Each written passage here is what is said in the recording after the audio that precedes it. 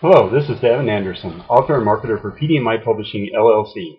This is the first in a series of 7 videos covering the syllabus of my February 2014 WANACon presentation, Why Choose a Small Press. In these videos I cover the author's 3 choices: self-publishing, major New York publishers, and independent traditional publishers. Choice number 1, self-publishing. Many new authors, and also experienced authors who are returning to the field of publishing, are choosing this option first. Self-publishing offers specific advantages to authors. Works can be released the moment that they are completed. Works do not have to meet any specific content standards or adhere to any particular formulas. Works that publishers do not consider to be commercially viable can and have become very successful as self-published books. In several notable cases, the success of certain self-published titles has given their authors an alternate entry into the world of traditional publishing. Even some literary agents are now pursuing the ranks of online bestsellers in search of their next would-be clients. With these advantages come a laundry list of demerits. The self-published author has to do all of their own marketing, editing, formatting, cover design, etc., or more likely contract out some or all of these services to more skilled parties.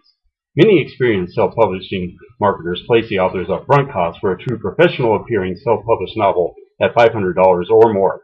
But this is not the biggest problem that the do-it-yourself author faces. The biggest problem is breaking out of the ever-expanding pool of DIY published authors. The salad days of authors such as Amanda Hawking and Hugh Howey breaking out of the pack and into major publishing contracts may already be history. Without the constraints of physical barriers in physical media, the potential expansion of titles is virtually infinite. Every title added to the DIY pool reduces your chances of breaking out of the pool, no matter how professional or outstanding your book is. The same day you upload your outstanding, professionally formatted ebook, dozens of unedited, poorly composed ebooks will also be uploaded, and their mere presence will make it harder for readers to discover yours. Readers grow weary of digging through heaping, ever-larging piles of manure in search of the diamonds, or even the coal, for that matter. Choice number 2, the major New York publishers. If you have written the type of novel that major New York publishers are truly interested in, and more importantly, you have an agent who believes this to be true of your works, by all means let this agent make their rounds. If your work can succeed in this situation, you are the best of the best, and very damn lucky to boot. The disadvantages? Well, where do we start? Since I don't wish to make an 8-hour video here, let me point out a couple of the demerits that usually don't cross authors' minds when they think about the traditional querying system. First, what if your agent or agency loves your book but can't sell it to a publisher? New York's relentless narrowing of formulas makes it ever more difficult for agents to sell certain types of books to the Big Five, regardless of those novels' merits. And even if you beat the odds and get a contract, a more formidable challenge awaits you. Years ago, the Big Five used to be able to get some shelf space allocation for hot new authors. Not anymore. The main reason why anyone would want to be on the Big Five is for their ability to get your print novels onto physical shelves. You, as a new author, will be very lucky if your book makes it to the shelves of a few indie stores. Choice number 3, the independent press. With an independent press, the author gains some of the best advantages of traditional publishing while bypassing most of the disadvantages of the old line and arguably obsolete querying system. In most cases, authors can query and submit to the independent presses directly, bypassing an agent or agency's opinion of what type of works they think will sell. As I pointed out, even the most experienced agents and agencies have picked books they cannot sell. They also routinely reject works that later go on to become successful, adding another time and energy bottleneck to the author's path of success. The independent press bypasses the middleman and delivers the author's original creative vision directly to the publisher.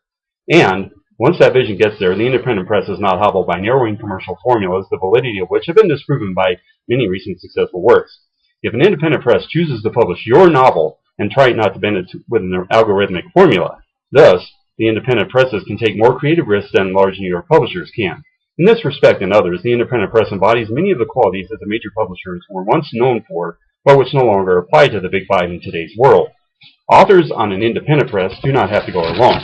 They benefit from teamwork and the collective experiences of the team.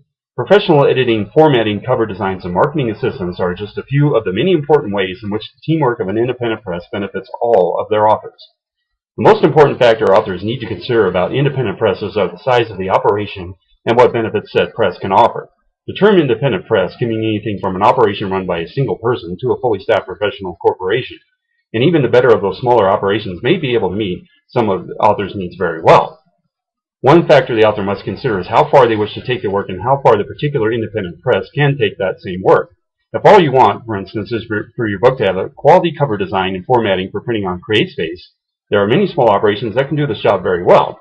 If, however, you want your work distributed not just on Amazon, but through large print trade distributors such as Ingram and Baker or Taylor, and you want to be listed on Booker, then you will be best served by a larger independent press that has made the considerable capital investments to play in the major league field of book distribution.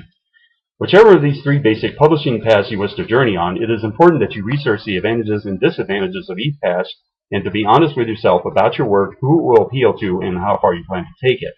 In my following video, the second of this series, I will discuss in depth how the choices you make as an author affect your career journey and serve as a guideline to which path you should choose. This is Daven Anderson of PDMI Publishing. Thank you for listening.